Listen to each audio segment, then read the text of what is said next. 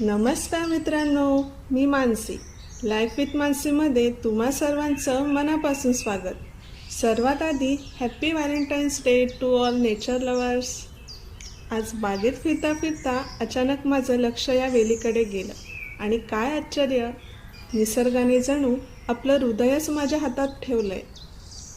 बघा ना, लोक म्हणतात प्रेम व्यक्त करायला लाल गुलाबाची गरज असते, पण मला वाटतं निसर्गाच्या या हिरव्यागार किमयेत जे निस्वार्थ प्रेम दडलंय ते कशातच नाही.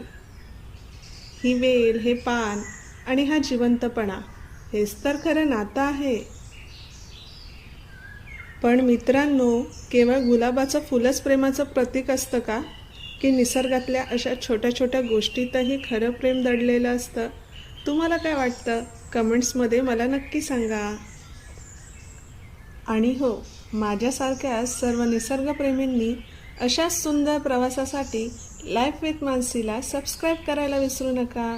धन्यवाद. काळजी घ्या.